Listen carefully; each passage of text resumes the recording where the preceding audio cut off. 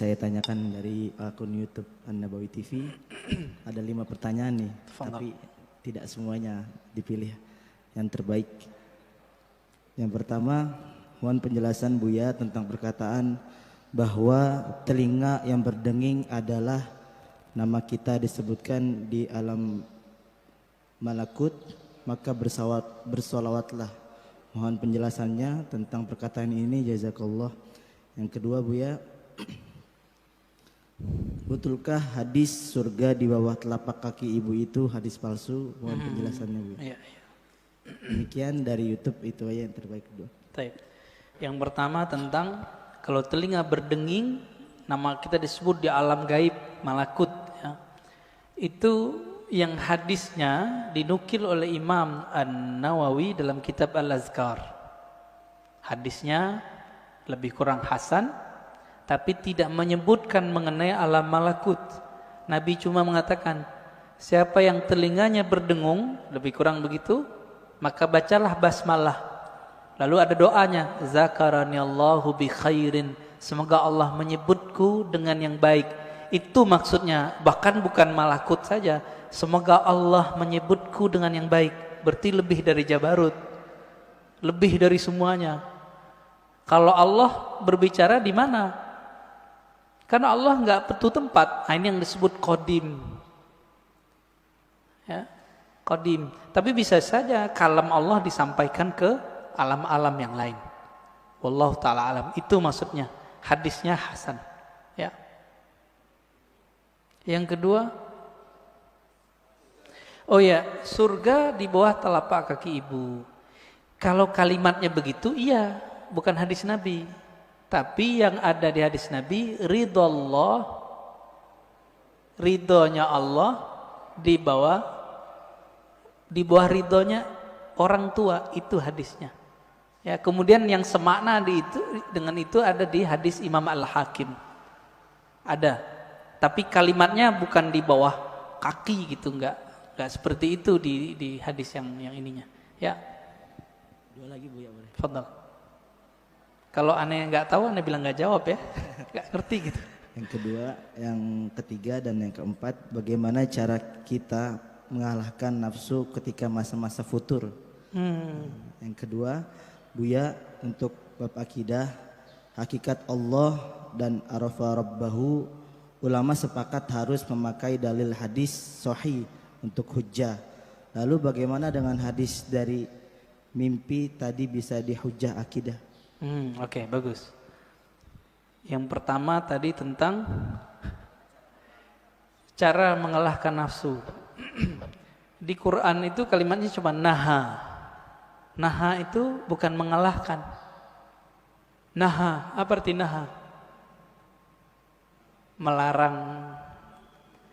Jadi naha itu kita mampu melarang jiwa.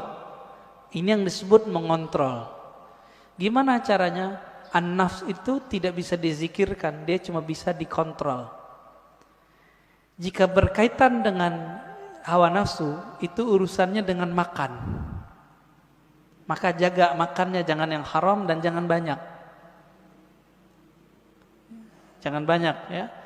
Jika berkaitan dengan syahwat yang besar, maka kurangi makan-makan yang membuat libido kita tinggi. Yang paling ringkas ya puasa. Puasa itu paling bagus. Jadi tidak ada lagi setahu saya yang paling kuat untuk mengolah nafsu jiwa kecuali puasa. Nggak ada lagi Pak. Coba cek Bapak ini kalau puasa jalan, ngelihat yang bening-bening nggak berani. Wah lagi puasa, itu Pak. Coba aja tuh.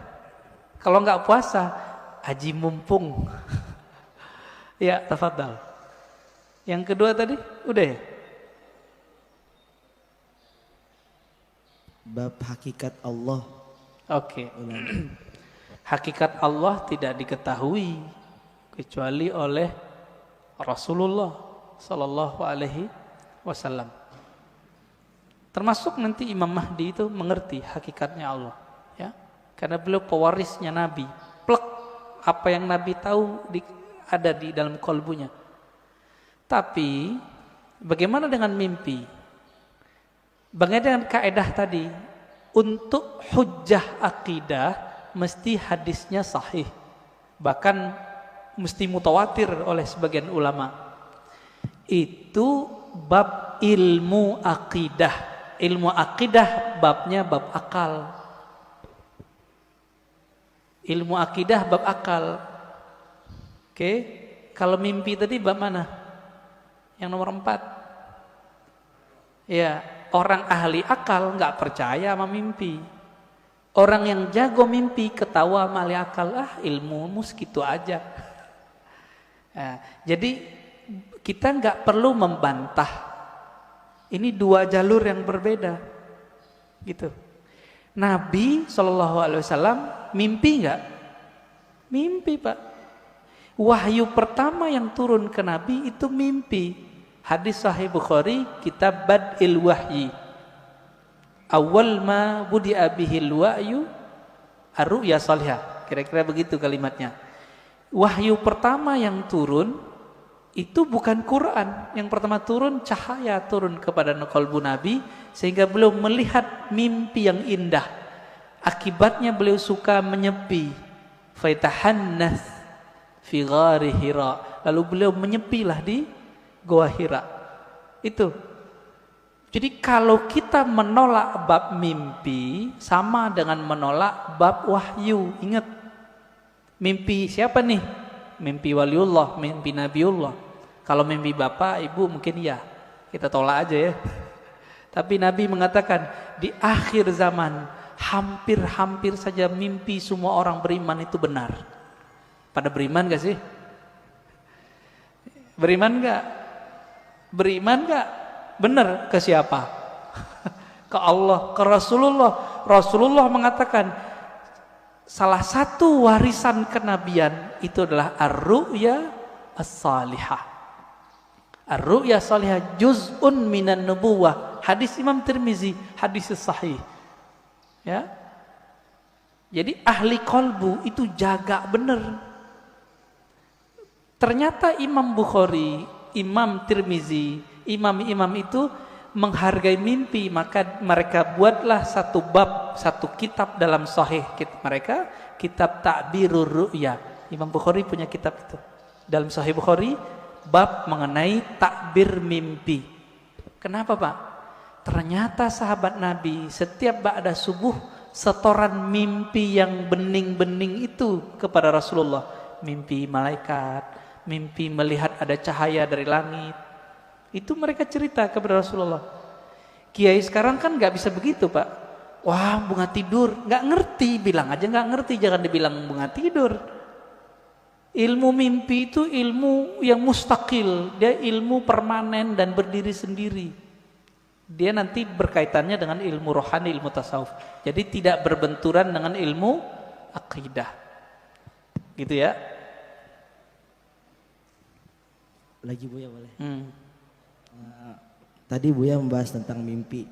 Bagaimana menurut Buya kalau saya pernah bermimpi Rasulullah SAW, amin, dan melihat beliau seperti jatuh cinta, tapi tidak terlalu detail melihat mukanya. Iya, kita sudah bacakan hadisnya tadi. Nabi bersabda, "Man ra'ani fil manam faqad ra'ani." Bahkan ada satu riwayat, faqad ra'al haq. Siapa yang bermimpi bertemu aku, maka ia telah melihat al-haq, kebenaran. Bahwa itu benar-benar Nabi sallallahu alaihi wasallam.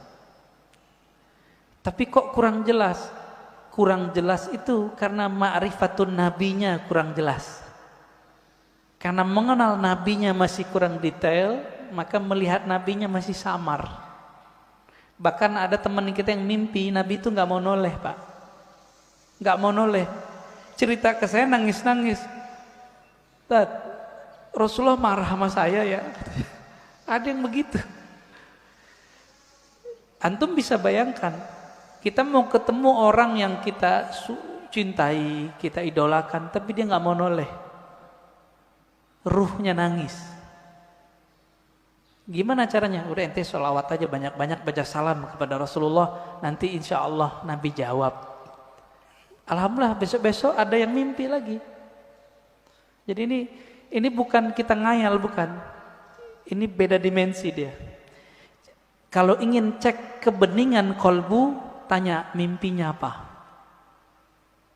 Jika bapak saya, ini kita lagi kotor, jiwa kita kotor nih. Mau kiai, mau ustadz, mau jamaah, mau tahajud, kotor pak, pasti mimpi basah. Jadi kalau mimpi basah, tobat pak, tobat rohani. Dosa enggak, tapi rohani kita, oh kayaknya hati kita kotor. Sayyidina Umar ketika bermimpi menggauli budaknya. Budak halal gak? Halal. Apa kata beliau? Syaghalatni siyasah. Ya Allah, aku tersibukkan oleh urusan politik sehingga lupa wirid. Ini Umar, ngerti beliau. Tapi beliau pun kalau mimpi sama yang halal. Kalau kita kan kita berharap mimpi sama artis, Pak. Ya.